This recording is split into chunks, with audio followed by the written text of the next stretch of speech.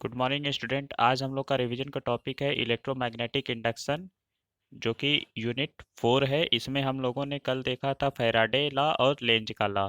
Faraday के नियम का जो था वो दो नियम उन्होंने दिया था।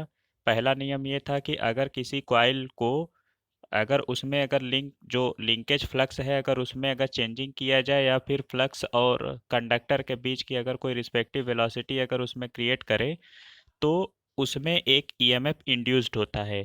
और दूसरा जो नियम था उन्होंने ये बताया कि जो ईएमएफ इंड्यूस्ड होता है उसकी वैल्यू कितनी होती है।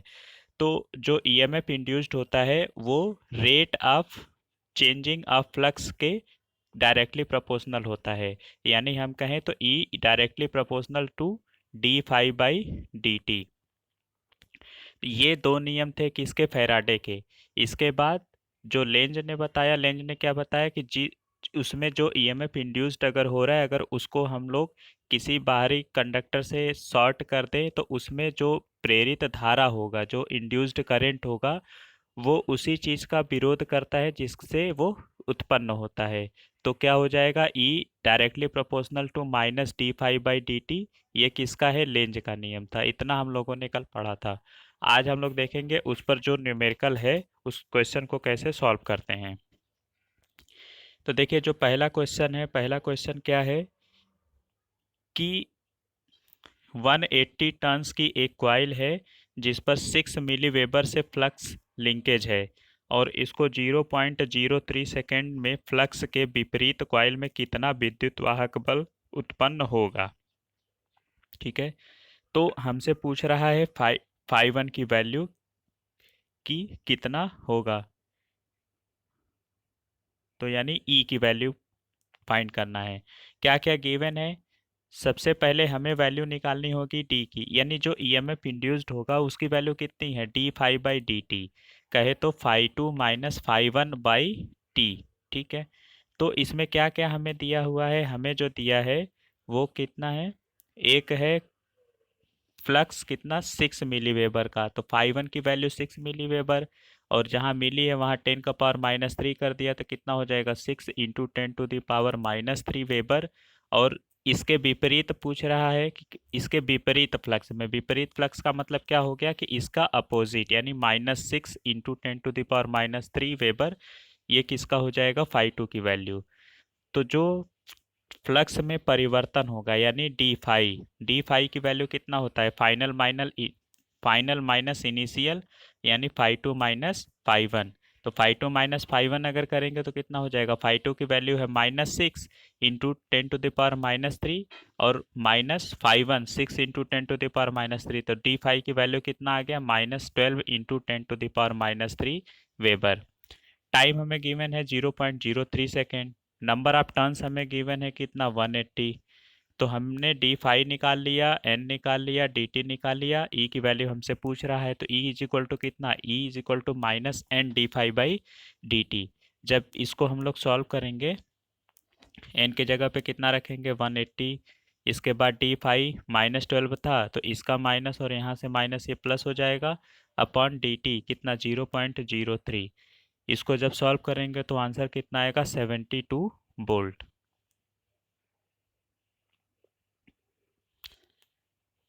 तो हम ईएमएफ जो इंड्यूस्ड हुआ था उसके विपरीत यानी अपोजिट कॉइल में उसकी वैल्यू कितनी हो गई, 72 वोल्ट।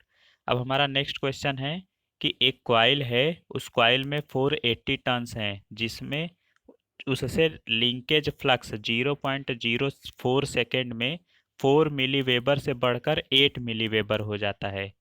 ठीक है, यानी अगर 480 टर्न्स की एक कॉइल है उसमें जो लिंकेज फ्लक्स है 0.04 सेकेंड में 4 मिली वेबर से कितना हो जाता है, 8 मिली वेबर, तो उस कॉइल में ईएमएफ की वैल्यू कितना होगा। तो बहुत ही आसान क्वेश्चन है। इसमें क्या हमें करना है, जो हमारा फाइव वन है वो 4 मिली वेबर है, मिली वेबर को हमने चेंज किया वेबर में, उसके स्टैंडर्ड वैल्यू में, तो कितना हो जाएगा 4 into 10 to the power -3 weber, और इसका हो जाएगा 8 इंटू 10 पावर -3 वेबर।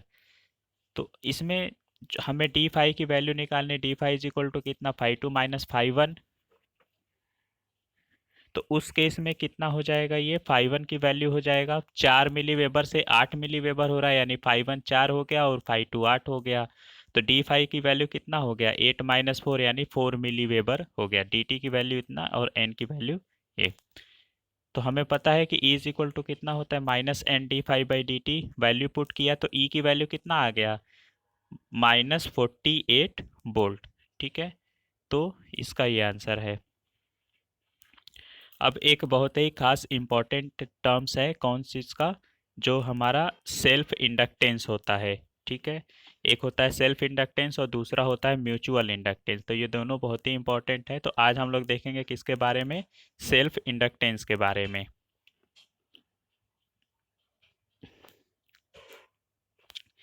तो सेल्फ इंडक्टेंस क्या होता है कि अगर कोई कॉइल है, ठीक है, जब किसी कॉइल में वैद्युत धारा प्रवाहित की जाती है तो उसके चारों ओर एक मैग्नेटिक फील्ड उत्पन्न होता है। ठीक है, और उसी करंट के मान में परिवर्तन करने पर कॉइल में इंड्यूस्ड ईएमएफ उत्पन्न हो जाता है। या तो फिर हम लोग उसमें फ्लक्स में चेंजिंग करें या फिर उसमें जो करंट फ्लो हो रहा है उसमें अगर हम लोग चेंजिंग करें तो उसमें ईएमएफ इंड्यूस्ड हो जाता है, जिसके कारण कॉइल में एक मुख्य धारा के अतिरिक्त एक इंड्यूस्ड करंट भी क्या होती है, प्रवाहित होती है। कहने का मतलब ये कि अगर हमारा कोई कॉइल है, इस कॉइल में अगर हम लोगों ने करंट अगर फ्लो कराया, ठीक, तो अगर आई फ्लो हुआ तो इस, अगर इसके करंट के वैल्यू में अगर हम लोग चेंजिंग करें तो इसके एक्रॉस, ये जो कॉइल है इसके एक्रॉस एक ईएमएफ इंड्यूस्ड हो जाता है। ठीक है, और इस ईएमएफ में, इस ईएमएफ इंड्यूस्ड होने के कारण इस कॉइल में जो हमारा मेन करंट है आई, उसके अलावा एक और जो करंट होता है, सपोज कीजिए आई एस, ठीक है, या फिर इंड्यूस्ड करंट आई आई, तो एक और करंट फ्लो हो जाता है जिसको हम लोग क्या कहते हैं, इंड्यूस्ड करंट कहते हैं। ठीक, तो जो, तो वैद्युत चुंबकीय इंडक्शन यानी वो खुद से जो है कि करंट उत्पन्न हो रहा है। तो इसी जो यही फिनोमिना है, यही जो घटना है, इसको हम लोग किस नाम से जानेंगे, वैद्युत चुंबकीय प्रेरण के नाम से जानेंगे। और कह सकते हैं हम कि जो हमारा वैद्युत चुंबकीय प्रेरण है, इस वैद्युत चुंबकीय प्रेरण प्रेरण की इस घटना को, जिसमें किसी कॉइल में प्रवाहित धारा को परिवर्तित परिवर्तित करने से या परिवर्तन करने से स्वयं उसी कॉइल में प्रेरित धारा उत्पन्न होती है, उसे हम लोग क्या कहेंगे, स्वप्रेरण कहते हैं। ठीक, तो क्या चीज़ है कि अगर कोई कॉइल है, जब किसी कॉइल में वैद्युत धारा प्रवाहित की जाती है तो उसके चारों ओर एक चुंबकीय क्षेत्र उत्पन्न हो जाता है। धारा के मान में परिवर्तन करने पर कॉइल में एक इंड्यूस्ड ईएमएफ उत्पन्न हो जाता है, जिसके कारण कॉइल में एक मुख्य धारा के अतिरिक्त एक प्रेरित धारा प्रवाहित होती है। ठीक, और वैद्युत चुंबकीय प्रेरण की इस घटना को, जिसमें किसी कॉइल में प्रवाहित धारा को परिवर्तित करने से स्वयं उसी कॉइल में प्रेरित धारा उत्पन्न होती है, उसे हम लोग क्या कहेंगे, स्वप्रेरण कहते हैं। अब जो ये इंड्यूस्ड करंट जो उत्पन्न हुआ है, तो वो किसके कारण से उत्पन्न हुआ है, जो उसका मेन करंट था उसके कारण से। तो जब जो मेन करंट है वो क्या करेगा, जो इंड्यूस्ड करंट होगा, जो जो कि लेंज ने बताया था कि जिसके कारण से को इंड्यूस्ड करंट उत्पन्न होता है वो उसी का अपोज करता है। तो जो इंड्यूस्ड करंट होगा वो उसका अपोज करेगा। और कैसे अपोज करता है, तो क्या होता है कि अगर जब मुख्य धारा, ठीक है, जब मेन करंट क्या होगा, बढ़ाई जाएगी, तो मेन करंट बढ़ाई जाने के कारण से वो क्या होगा, जो इंड्यूस्ड करंट होगा वो उसका अपोज करेगा और उसको घटाने की कोशिश करता है। ठीक, तो क्या होता है कि जब मुख्य धारा बढ़ाई जाती है तो उत्पन्न धारा मुख्य धारा के विपरीत दिशा में फ्लो होगी, यानी उसको घटाने की कोशिश करेगी, तथा इस प्रकार मुख्य धारा के बढ़ने का विरोध करती है। अब सपोज कीजिए कि ये हमारा कॉइल है और इसको हमने बैटरी से कनेक्ट करके इसमें करंट हम लोगों ने फ्लो किया। इसकी वैल्यू को, आई को हम लोग बढ़ा रहे हैं, तो इसका डायरेक्शन इधर की ओर है, तो इसको इसको घटाने के लिए क्या होगा, जो हमारा इंड्यूस्ड करंट होगा वो उसके अपोजिट डायरेक्शन में फ्लो करेगी। तो ये, फिर इसके बाद अगर अब मान लीजिए कि अब दूसरी चीज़ क्या है कि जब हम लोग इसको घटाएंगे, ठीक है, जब करंट की वैल्यू को, जो मेन करंट है उसकी वैल्यू को घटाएंगे, तो अगर इसका डायरेक्शन इसी ओर है तो ये जो इंड्यूस्ड करंट है यह इसकी वैल्यू को बढ़ाने का प्रयास करेगा, तो इसके सेम डायरेक्शन में ये क्या होगा, ये भी फ्लो होगा। ठीक है, तो इस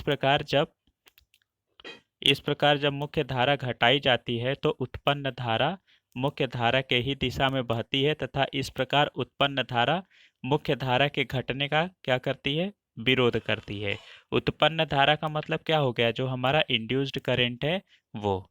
ठीक, तो इस प्रकार का जो फिनोमिना होता है इसको हम लोग क्या कहते हैं, स्वप्रेरण यानी सेल्फ इंडक्टेंस। ठीक है, तो कल हम लोग देखेंगे किसके बारे में, म्यूचुअल इंडक्टेंस के बारे में। तो आज के लिए बस इतना ही। Okay, thank you.